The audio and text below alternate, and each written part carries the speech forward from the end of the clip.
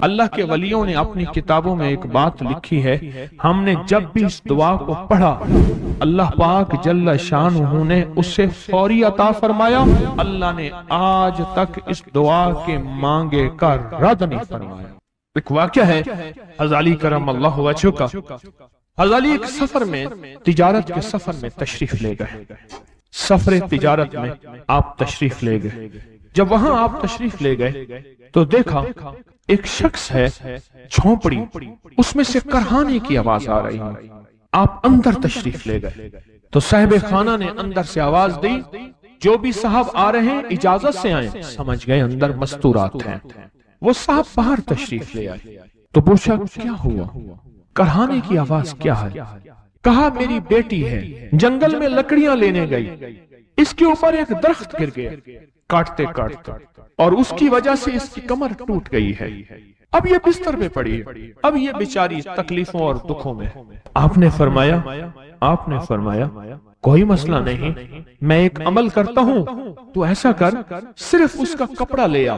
آپ نے اس کے کپڑے کو سامنے رکھا، اس کو کہا اس کو پکڑ، اور اس کی طرف یوں انگلی کی، اور یہ دعا جو اب ہم پڑھنے لگے ہیں، بس یہ دعا پڑھی، اور صرف چند بار ہی پڑھتی اندر آوازیں خاموش ہو گئیں، چپ ہو گئے۔ آپ نے فرمایا پوچھو جا کے۔ آپ وہ بندہ اندر گیا تو واپس آیا، کہا بیٹی کو نیند آ گئی ہے، آج کئی ہفتے ہو گئے ہیں سو نہیں سکی، در سے کرہا رہی تھی، اس کو نیند آ گئی ہے۔ آپ فرمانے لگے میں سفر میں جا رہا ہوں، جب واپس آؤں گا نا پھر پوچھوں گا، اگر کوئی تکلیف ہوئی تو پھر دم کروں گا، پھر دعا کروں گا، اور انشاءاللہ ٹھیک ہو جائے گی۔ آپ چلے گئے، آگے تشریف لے گئے تو آپ کے ہم سفر تھے، ان کی سواریاں تھیں، ان میں سے ایک گھوڑا تھا جس گھوڑے کو ٹھوکر لگی، چوٹ لگی، اس کے اگلے پاؤں کی ہڈی گھٹنا باہر نکل گیا، وہ ایک طرف ہو کے بیٹھ گیا، اس کا گھوڑا چل نہیں سکتا تھا۔ اس نے آ کے حضرت علی کرم اللہ درخواست کی کہ آقا اس کے لیے کچھ فرما دیں۔ فرمایا میں اس کے لیے دعا کرتا ہوں، یہ ٹھیک ہو جائے گا، اور آپ نے دعا پڑھنا شروع کر دی، اور فرمایا یہ اس کے ہاتھ پہ، اس کی ٹانگ پہ آپ نے ہاتھ پھیر دیا، جو معذور تھی، ٹوٹی ہوئی نکلیا ہوا گھٹنا تھا، فرمایا ٹھیک ہو گیا۔